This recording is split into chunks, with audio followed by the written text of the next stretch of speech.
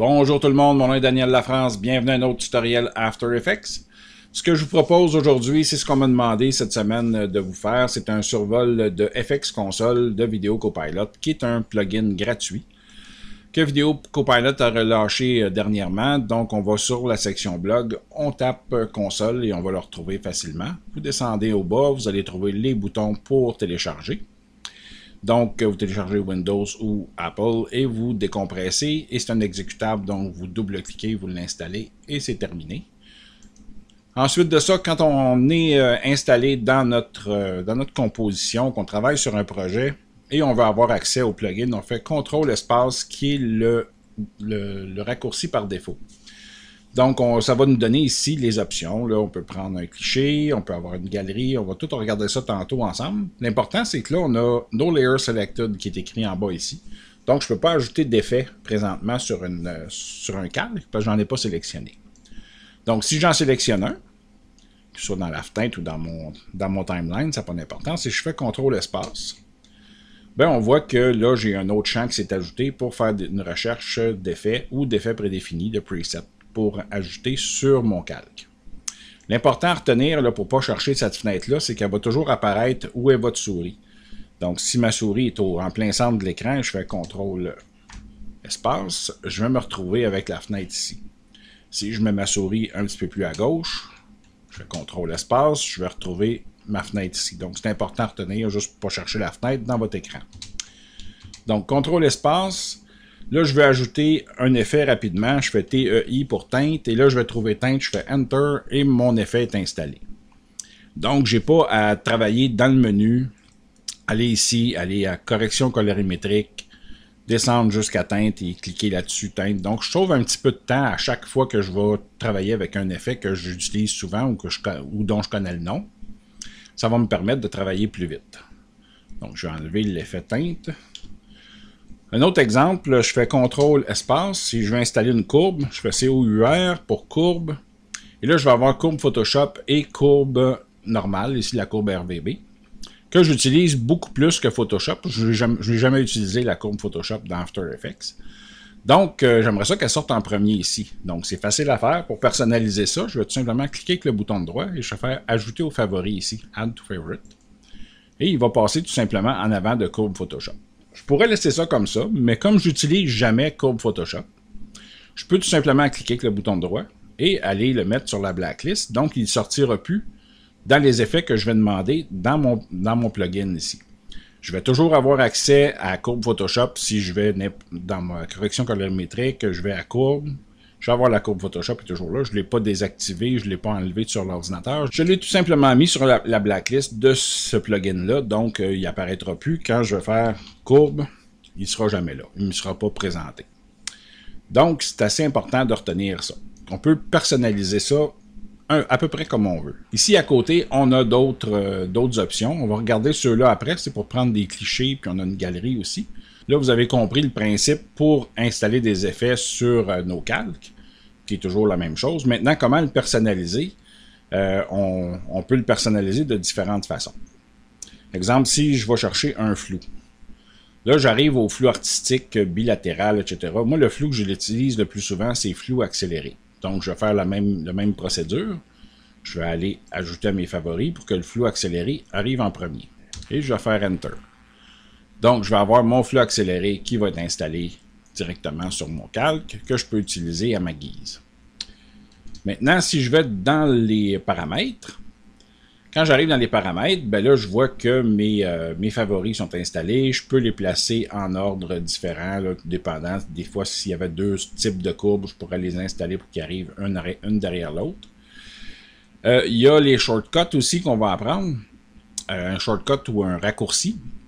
C'est un raccourci numérique, donc avec le petit numéro qui est à côté ici, de 1 à 9. En tapant le numéro, aussitôt que j'ai fait CTRL espace et je tape le numéro, mon effet va s'installer. On va aller ici dans mon autre composition. Disons que sur mon texte ici au centre, on va cliquer sur le texte. Je vais faire CTRL espace et là je vais mettre un ombre porté. Je vais faire ombre porté. Là, je vais avoir mon ombre qui va être l'ombre portée en premier, donc je peux faire Enter, il va s'installer. Mais si c'est quelque chose que j'utilise régulièrement, et que je veux avoir à ma portée, tout ce que je vais faire CTRL Z, Je vais faire CTRL espace, je vais faire OMB, ombre reportée, je vais cliquer avec le bouton de droit dessus et je vais faire Create Shortcut. Donc, ce que ça fait, ça, c'est que si je fais CTRL espace, là, j'ai une barre qui s'est ajoutée en bas et dans la barre, j'ai mon premier effet qui a été ajouté. Aussitôt que je me mets souris au-dessus, je vois ce que c'est. Et si je fais juste taper 1, mon ombre reportée est déjà installé. Donc, je recommence, CTRL Z, je fais CTRL espace 1, mon ombre reportée est installée sur mon texte et j'ai rien d'autre à faire pour que ça fonctionne. Par contre, moi, je n'utilise pas ombre reportée telle qu'elle est là. Ce que j'aime bien, c'est de modifier souvent les paramètres qui sont pas mal toujours les mêmes. Je mets 60%, je vais mettre la distance 7 au lieu de 5 pour voir un petit peu plus l'ombre. Puis, je vais mettre 10 au niveau du lissage. Et là, ça me donne un nombre que moi, j'aime beaucoup plus au niveau du look. Donc, ce qui est important que je peux faire à ce moment-là, c'est que je peux aller tout simplement dans ici, animation, je vais enregistrer l'animation prédéfinie. Là, je vais marquer ombre, portée, et je vais marquer défaut, que je vais mettre par défaut. Je vais cliquer enregistrer. Donc, ça s'est enregistré au niveau de mes animations prédéfinies. Alors, ce que je vais faire, c'est que je vais faire CTRL espace, je vais aller dans mes paramètres. Et là, ce que je vais faire, je vais ajouter l'ombre portée ici dans mes favoris. Donc, l'ombre portée, je l'ajoute dans mes favoris ici. Et là, Override ici, je peux ajouter OMB ici pour ombre. Et là, je vais ombre portée par défaut dans mes presets. Je vais l'installer là. Et je vais faire OK. Donc, ce que ça fait maintenant, c'est que si je prends mon ombre portée, je l'enlève. Et que je fais CTRL espace. Et que je vais faire 1, mon ombre portée va s'installer avec mes paramètres parce que l'ombre portée est automatiquement remplacée par mon preset que j'utilise le plus souvent. Donc, je vais finir par sauver énormément de temps. Donc, ce qu'on remarque, c'est qu'au fur et à mesure où on va se servir de ça et on va le personnaliser, ça va devenir un outil performant pour nous permettre de sauver énormément de temps. Puis quand on est rendu ici, là, même si on avait plusieurs shortcuts, on peut les changer de place. On peut donner l'exemple ici. Là, mettons que je mets un flou. Je mets un flou accéléré ici. Je vais changer son label pour FBL pour Fast Blur. Je peux ajouter ici une courbe. On va ajouter une courbe. On va mettre CRV pour bien la reconnaître. En tout cas, pour moi, c'est plus facile. Donc, je peux ajouter puis les changer de place. Exemple, si je fais ça ici, ben, quand je vais faire CTRL espace, je vais avoir mon ombre, ma courbe et mon Fast Blur. Donc, en tapant tout simplement le numéro qui correspond à l'effet que je vais installer, ben, je vais installer le Fast Blur ici. Alors, je vais pouvoir tout simplement l'utiliser à ma guise. Alors, on va enlever ça. Et voilà. CTRL espace, on va avoir accès encore une fois aux paramètres ici. Les autres paramètres qu'il y a d'important, après que j'ai ajusté tout ça à mon goût, que ma blacklist est à mon goût, etc., je peux exporter mes settings. Donc, je peux resetter les settings ici, les remettre à 0. Les paramètres, on va dire en français. Je peux les exporter. Donc, si j'exporte ça, exemple, sur le bureau ici, on va avoir un FXS comme fichier. On va faire enregistrer sur le bureau. Ça a été bien exporté. Et là, si je fais Reset Setting, Are you sure? Yes. Donc, sur mon interface ici, j'ai plus rien qui est comme c'était avant. Donc, je peux l'importer. Je vais aller Importer, Bureau, les settings de console, Ouvrir. Et voilà, j'ai réimporté tous mes ajustements que j'ai faits. Donc, je peux modifier ça, prendre le fichier, le mettre sur le cloud et l'insérer dans une autre machine où il y aura ce plugin-là aussi, si je travaille dans une autre machine ailleurs, ou tout simplement pour ne pas le perdre, d'avoir un backup. Quand il arrive quelque chose avec mon ordinateur, ben, je peux réinstaller tout ça sans avoir à tout refaire, parce qu'après plusieurs semaines d'utilisation, ça va sûrement être complété au complet. Il va y avoir toutes sortes de choses qu'on va avoir mis là-dedans pour se simplifier la vie. Pour pas recommencer, ben, on va tout simplement les exporter puis les sauvegarder au fur et à mesure pour garder la version la plus récente puis l'importer au besoin si on en a besoin. Donc, ça, c'était la première partie. La deuxième partie, on va faire CTRL espace. Et là, on a nos autres options qui sont ici. Les autres options sont simples. On peut docker aussi, là, plutôt que de servir de ça comme ça. Là, on peut aller dans Fenêtre ici.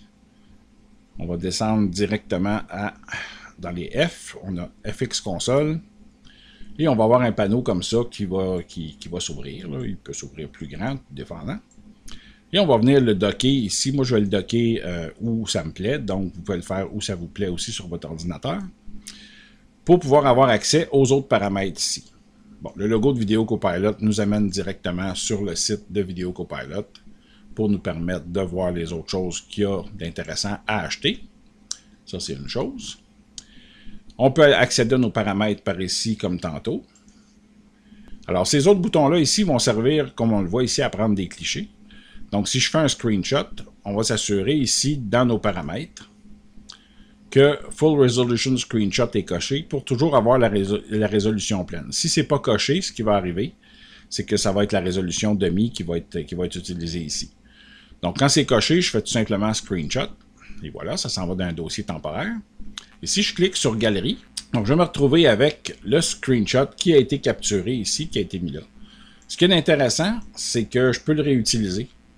Si je veux le réutiliser dans mon projet, je fais tout simplement le ramener dans le projet. Et voilà, il vient de s'installer ici en PNG.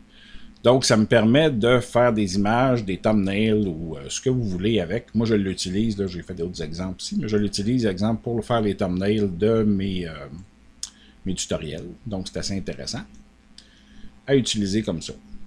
L'autre option qu'on a, on peut les supprimer, bien entendu. On peut les exporter. Si on clique sur une des images, exemple, puis qu'on va exporter, on peut l'exporter en PNG, en JPEG, directement dans le dossier de notre choix, pour les conserver pour plus tard ou les sauver parce que ce qu'on a ici, c'est un dossier temporaire, donc c'est possible qu'on les perde à un moment donné. On peut les supprimer à un à la fois ou plusieurs à la fois si j'en sélectionne 4 ici. Puis là, ce qu'on vient de voir, en sélectionnant 4, en faisant un majuscule, c'est que ça me permet de voir jusqu'à 4 images en même temps. Ce à quoi ça sert, ça, ben, si j'ai un client qui cherche, on est en train de faire quelque chose pour lui, là, c'est un projet assez facile que j'ai fait, là, juste pour donner un exemple, et qu'on n'est pas sûr de la couleur d'arrière-plan ou du look and feel, etc., puis on veut donner plusieurs exemples, ben, on va modifier le projet et on va prendre un snapshot à chaque fois pour nous permettre de montrer au client ou pour nous autres évaluer quelle couleur on aime le mieux, quel motif on aime le mieux, etc. Donc, on va pouvoir travailler plus rapidement, plutôt que d'essayer des choses, de les réessayer pour voir la comparaison. Là, on peut comparer facilement jusqu'à 4 images en même temps. Donc, ça, c'est assez intéressant. Ça nous permet de travailler avec ça. On peut aussi, si on va un petit peu plus loin dans le processus, si je vais ici, exemple, je peux isoler l'élément 3D qui va me donner une transparence avec l'ombrage ici. J'ai plus ça. Puis là, je peux enregistrer ça en faisant un snapshot ici. Et ce que ça va donner, ça va me donner une transparence aussi dans l'image. Alors, ce qui est intéressant, c'est que je peux utiliser cette image-là si j'ai besoin seulement de l'image après. Je peux l'utiliser dans un autre projet, exemple. Si je veux la ramener, en avoir une deuxième copie, ben, je vais tout simplement la ramener ici. Et je vais avoir une deuxième copie qui va être à côté, mais celle-là va être une photo, ça ne sera pas le calque élément 3D. Mais je vais pouvoir la réutiliser dans un autre projet. Donc, ça peut être intéressant et utile dans certains cas où je veux juste amener une autre image avec un fond transparent. Ben, je la sélectionne, je la sauvegarde et c'est réglé. Donc, on va faire CTRL-Z. Donc, ça vous donne un bon aperçu de ce qu'on peut faire avec la galerie. Alors, ce bouton-là ici, c'est l'exportation. Donc, on peut exporter tout clipboard. Donc, on va pouvoir l'amener dans un autre logiciel. Exemple, j'ouvre Photoshop ici. Je vais créer un nouveau. Ça va nous créer une image qui va être à la dimension de notre capture.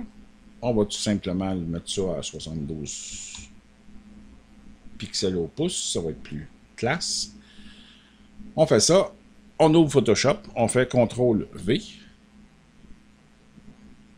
Et voilà, on a notre image qui vient de s'installer. Et là, on peut travailler notre image et la ramener ensuite dans notre projet. Ou si on avait besoin simplement de faire des ajustements dans Photoshop, bien, on les fait. C'est aussi simple que ça. On ferme Photoshop, on ne sauvegarde pas. Et on peut tout simplement aussi exporter Save to PNG. On va pouvoir sauver en PNG ici, dans notre dossier qui nous intéresse. Alors, en faisant le tutoriel, je me suis convaincu moi-même de l'utiliser plus souvent. J'espère que ça sera de même pour vous, puis vous allez sauver du temps avec ce plugin-là. Alors, c'est tout pour moi aujourd'hui. J'espère que vous avez apprécié la vidéo. Si c'est le cas, faites-moi un pouce en l'air. Ça me fait toujours plaisir de savoir que mon travail est apprécié et c'est excellent pour la notoriété de ma chaîne. Si vous avez adoré la vidéo, partagez-la avec le plus de personnes possible sur Internet. Ça va me faire plaisir de partager ça avec tout le monde. Et si vous n'êtes pas abonné à ma chaîne, ben abonnez-vous maintenant pour rien manquer de ce qui va suivre. Ça vous souhaite une bonne semaine, puis on se retrouve la semaine prochaine pour un autre tutoriel.